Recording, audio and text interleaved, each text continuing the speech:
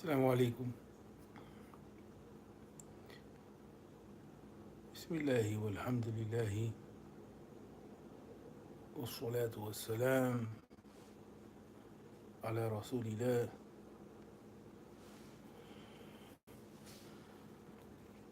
يا ربنا اغفر لنا ذنوبنا وثبت أقدامنا، علمنا ما ينفعنا ويفتح لنا أبواب الفهم، ورزقنا بتوفيق القول والعمل،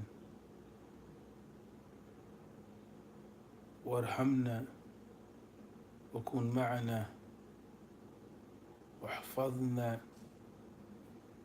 لكي نخرج من هذه الدنيا على طاعتك، ونصلي ونسلم على النبي الكريم وهو إمامنا وقدواتنا وحبيبنا، فألهمنا أن نحبه،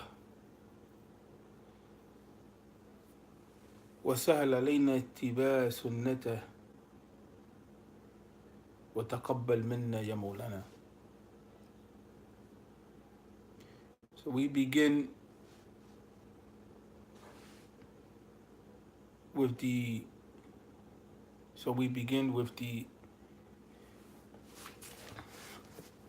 explanation of the 40 hadith,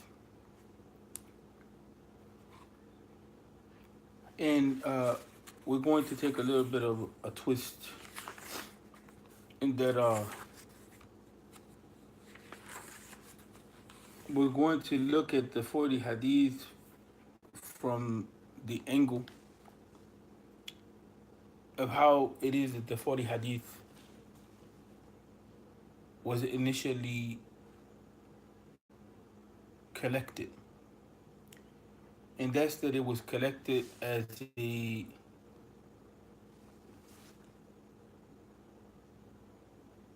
set of axial hadith or hadith which are so fundamental as principles that other hadith revolve around these hadith, that the meanings of the deen revolve around these hadith, that these hadith serve as pillars, there's principles, they're qawa'id in upholding our understanding of Islam. It's easy to miss that point with a direct focus on the detailed meaning. But if we pause for a minute and we look at the book Al-Qawaid al-Fiqhiyah, a treasury of sacred maxims by Dr. Shahrul Hussein, who's a friend of mine actually. I was happy when he published this work. Is very small, very terse. It's published by Kubi Publishing in the UK. And he's a lecturer in Islamic Studies at the Markfield Institute of Higher Education. He studied Arabic and Islamic Studies in the UK before pursuing further studies at Azhar University, where he graduated from the Faculty of Islamic Law and Jurisprudence in 2001. In 2010, he completed his PhD at the University of Aberdeen on the subject of Islamic law in Muslim minority context.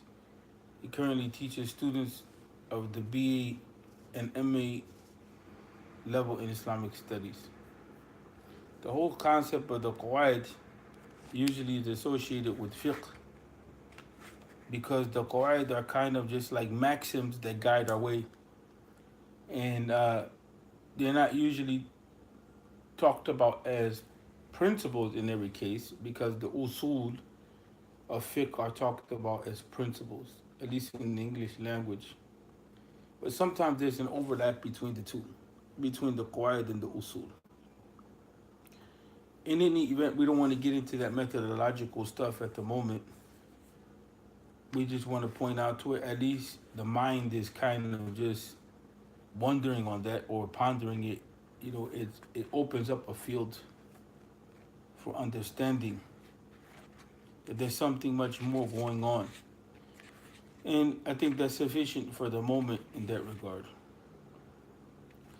But in the hadith of intention, which is the hadith that's related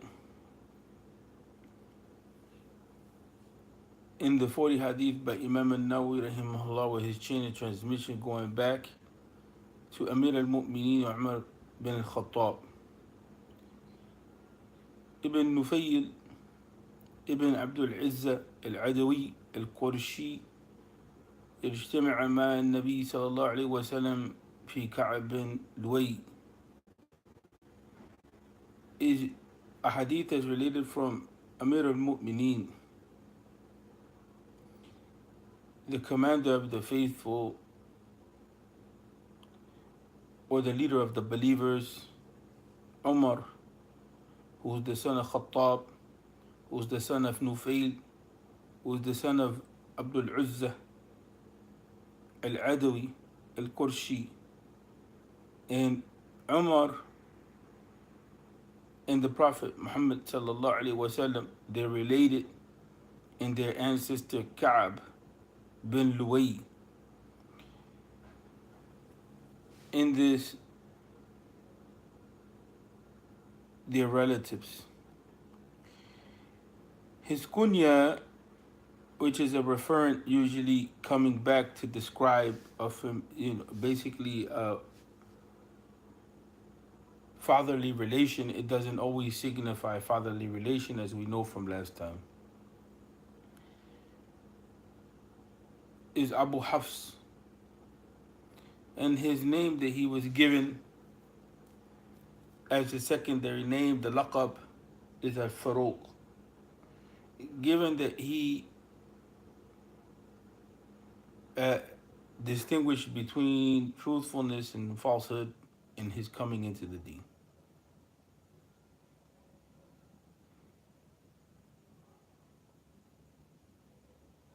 And Shaykh Hayat al-Sindi rahmatullahi alayhi says, إذ أمر المسلمين كان قبله على غاية الخفاء وبعده على غاية الظهور. That the affairs of the Muslim community prior to Umar coming into the deen were lived out in secrecy. And after Umar came into the deen, they began to manifest their Islam.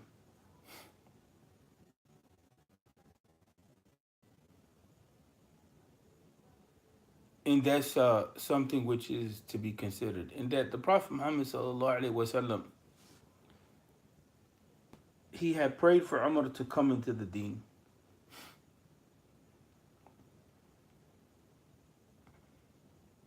And part of that was his looking at Umar from the angle of the benefit that he would bring into Islam if he were to come into the deen.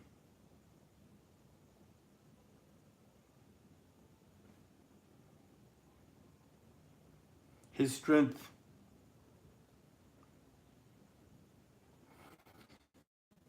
the da'wah that was not there, meaning the community of the Muslims and their effort to build community. And it gave them backbone. Of course, everything comes from Allah wa ta'ala. We're looking at a certain level, which is a sociological level, which is a level of strategy of what changed when Umar came into the deen. And one of the things that changed was Umar coming into the deen assisted the community in having a sense of self confidence and esteem, support. He became Muslim after he had 40 Muslims in the community. 40 men and 11 women. And it was the 6th year after prophethood. He rose to be the political leader of the Muslim community, political spiritual leader. On the day in which Abu Bakr as-Siddiq passed away.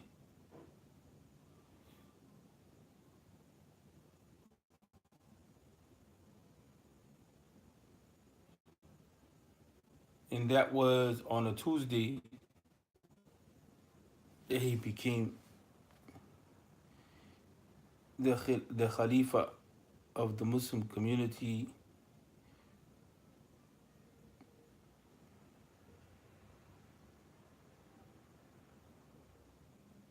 There was around 8 days left of Jumadat al-Ula, which is one of the months in the Islamic calendar.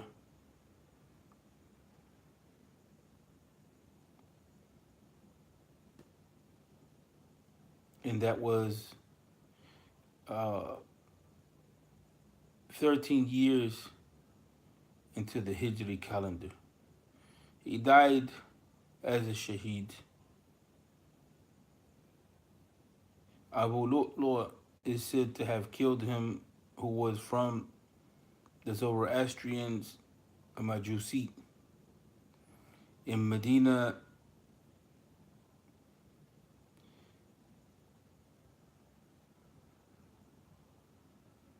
On Wednesday,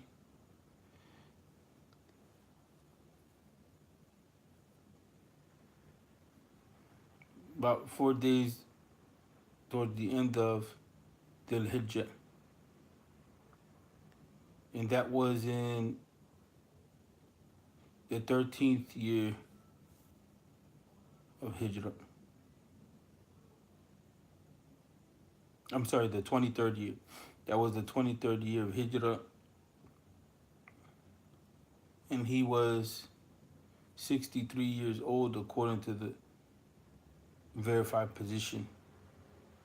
And he remained in the position of leadership of the Muslim community 10 years. So the hadith that he relates is the hadith of intention. Actually,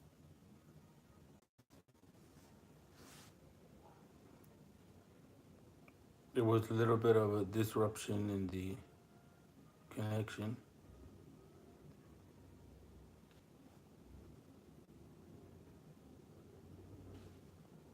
So we're just sending the link back out. And we're waiting.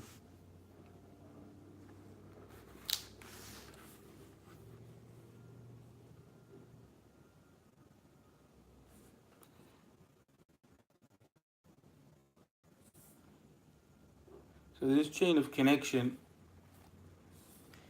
meaning the chain of transmission, this chain of connection, meaning the chain of transmission, is one of the only ones that is considered to be sound. In this hadith, in its initial transmission to us, is categorized as gharib,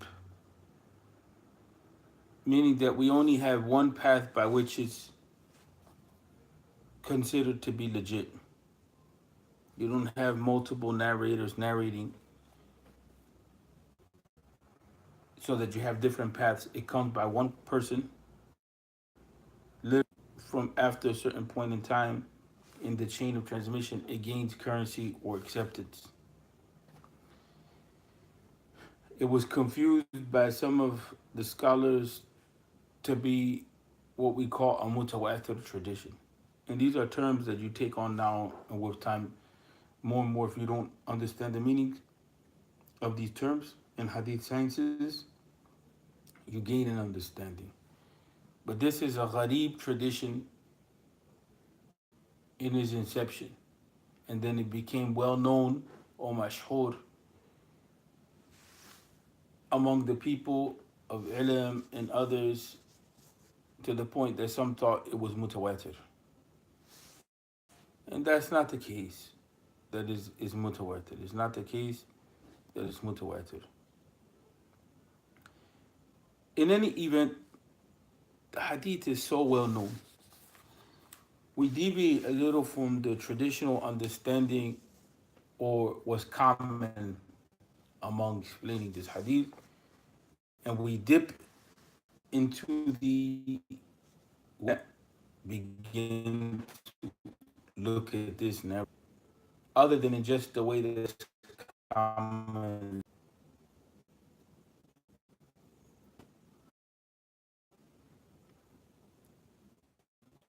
Assalamu alaikum.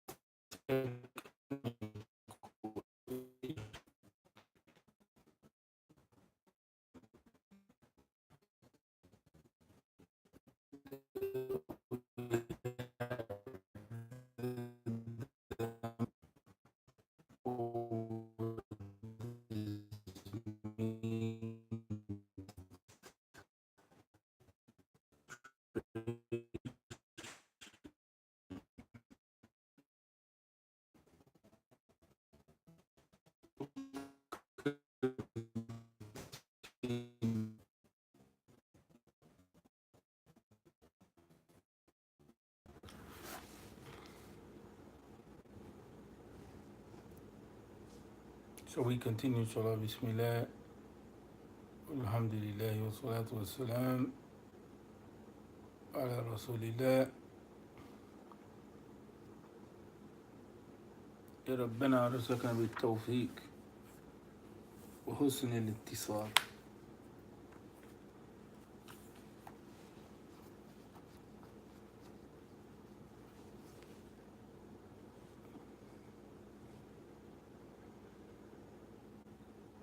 Yes, the hadith is gharib, is not mutawatir.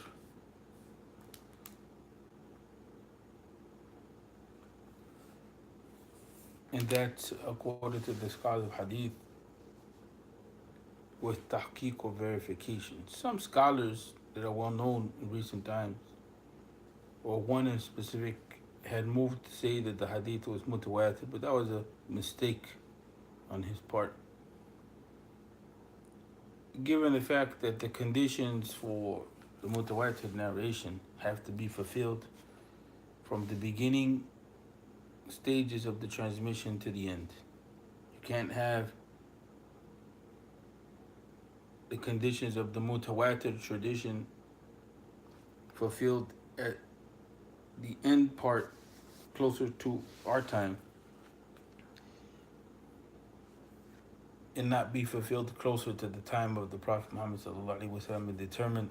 That's just as an example, right? Just to give you an insight that the beginning of the chain of transmission has to fulfill the conditions of tawatur. In any event, given that the connection is not all that great, I wouldn't go into this so that way we at least take this away.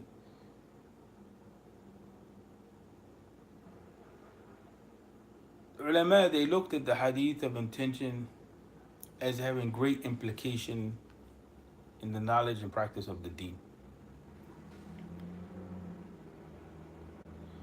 And one of the things that they came to determine is that the hadith of intention is so pivotal, so foundational in the knowledge of Islam that the whole of the deen returns back to it in one way or another.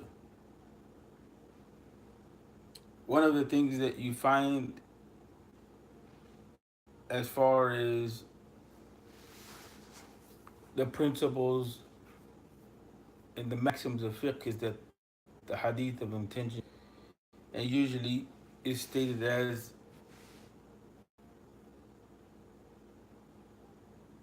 a phrase that summarizes how we think about actions and affairs. الأمور بمقاصدها, they say. The acts or affairs are judged by their goals and purposes. So this is one of the first of the 5 core maxims, and they call them al-Qawaid al-Khamsa, or the 5 maxims, and usually these 5 maxims pivotal and usually they're clearly rooted in a hadith. There's some other issues with regard to maxims of how we arrive at a maxim, but I don't want to get into that right now, other than to say that these are clearly supported directly by hadith. Those are not, but that you have a literal hadith, in other words. So here in the hadith of hadith, which is giving us this maxim. Hadith. So he says that this maxim emphasizes intention and purpose. As intention, it has an ubiquitous in almost all aspects of law, or we can say fiqh, understanding in the deen. It would be an understatement to say that its impact Islamic law is prodigious. Intention is the soul of all physical, liturgical, spiritual, and verbal worship. Life, basically acts of ibadah in their formal sense, basically the life of the heart, what we say, all of that comes. And the evidence for this principle comes back to the hadith itself, which is narrated in Bukhari. Indeed, all actions depend upon intentions, and for every person is that which he intends. Imam Ibn al-Qayyim rahmatullahi alayhi described this hadith as 2 words under which lies a treasure trove of knowledge. This praise, the laudation in terms of the significance of the hadith, is stressed scholars, the classical scholars, such as Ibn Mahdi.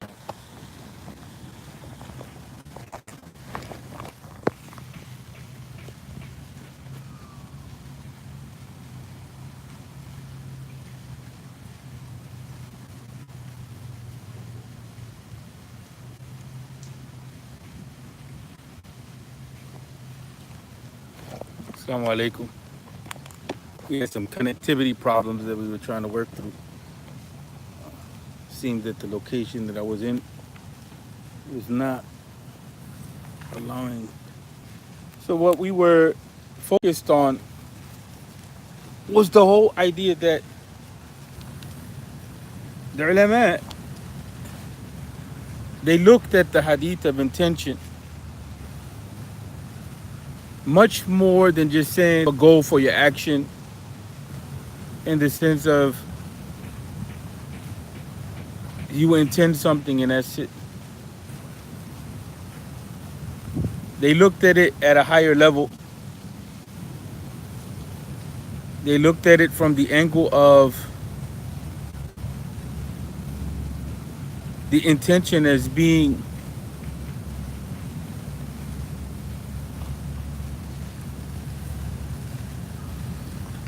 they looked at it from the angle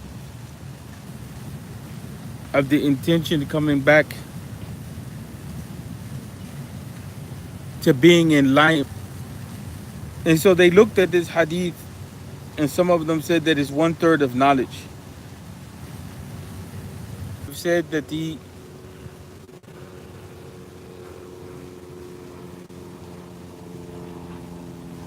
some of them have said that the knowledge of deen revolves around 4 hadith, or the knowledge of fiqh in more specific terms. And this is one of the ahadith that was selected. Intention is a primary role because it's used to distinguish an act of worship from an act that's ordinary. Washing the body in the case of ghusl or in the case of wudu,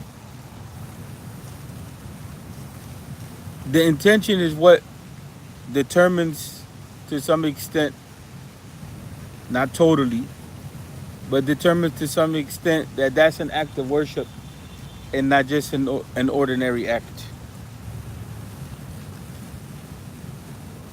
Also, the intention distinguishes one act of ibadah from another. What's the difference between praying 4 rakats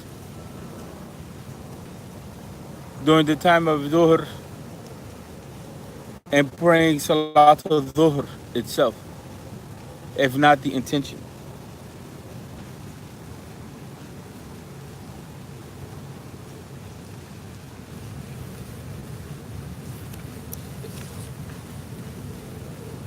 And so, with that said, we begin to look at the intention as the means by which we attain towards reward. So those are the 3 main reasons why intention plays such a major role. One is that the intention distinguishes between one act and an act which may be similar to it in form. It distinguishes between 2 acts of ibadah and is also the means by which we attain to reward. Not all acts of worship require an intention. Some are more rooted than others in the concept of intention. For instance, if a person abstains from eating or drinking or sexual gratification from dawn to dusk without having an intention, it doesn't count as a fast. However, to call the adhan, it doesn't need a prerequisite intention. So some acts of worship is key that you have the intention that's clear. And then some, just by acting, you might moment.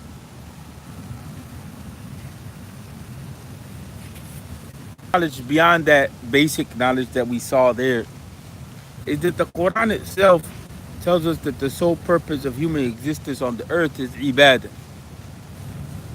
The affair of our lives on earth then become focused on that purpose, that goal.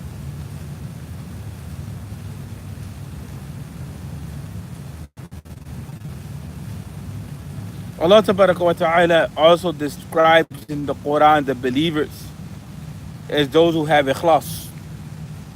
And the issue of ikhlas comes back to the issue of intention, right? The quality of the intention comes back to that purity.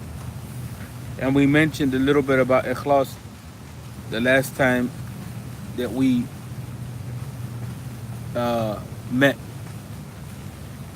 And so then also the issue that comes back to intention is this concept, la thawaba illa bin niyati, that there's no reward or recompense in the positive sense except with intention.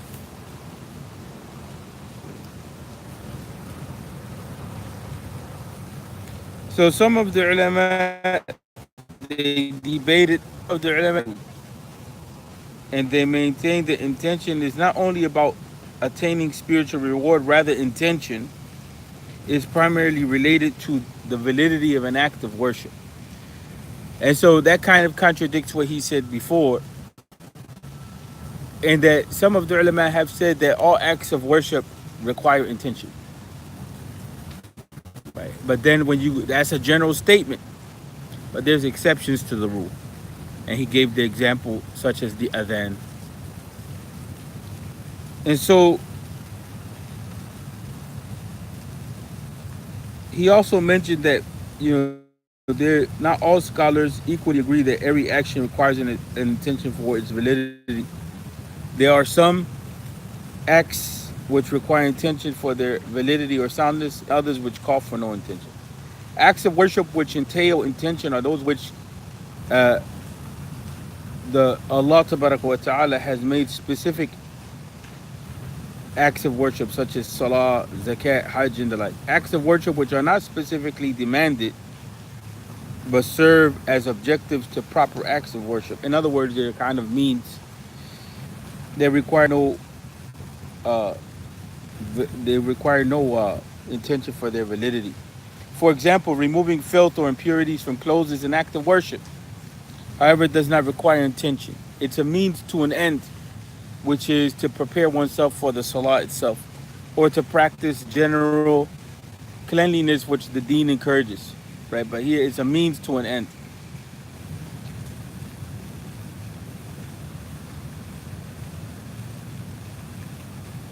But the issue of gaining reward for those acts, that requires an intention.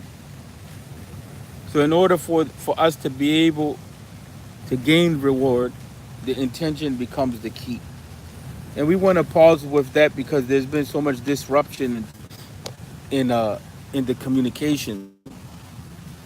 We want to kind of just leave that overall concept that the intention is one which allows us to distinguish acts of worship from ordinary acts, to distinguish between one act of worship and another act of worship. And it's that which allows us to attain to reward. And he generated a whole separate discussion on the issue of intention and reward. And he illustrated a couple of examples to show how it is that act of worship but may not come to the point of gaining a reward because the intention was not there. Especially ordinary life actions such as going to the bathroom, such as sleeping, such as eating. These, and even smiling, these are means for us to attain to reward. But we have to be conscious of the intention that's there, or else they become devoid of being means for us to attain to reward, because we're not intending. And then there's another aspect, the intention should match the sunnah, and in that way we begin to see the importance of knowledge and consciousness. And a lot of times, we ease up on that because of the stresses of life. But then it also forces us to have a strong persona as Muslims, and that we carry the deen with us versus being trampled by life. And so that everything that we do becomes a reminder of our purpose in the world. It's easy to forget that reality given the environment that we live in, which is high stress. And it's not an environment in which we really stop as a community to pray. There's a community that prays, but we don't stop as a community as a whole to pray or to hear the adhan. The reminders are less, in that we begin to see the natural world as a means that takes us to the remembrance of Allah Tabaraka wa Ta'ala. But still, with all of that, in the daily human interactions, there's a stress that comes. So having that constant intention is not always easy.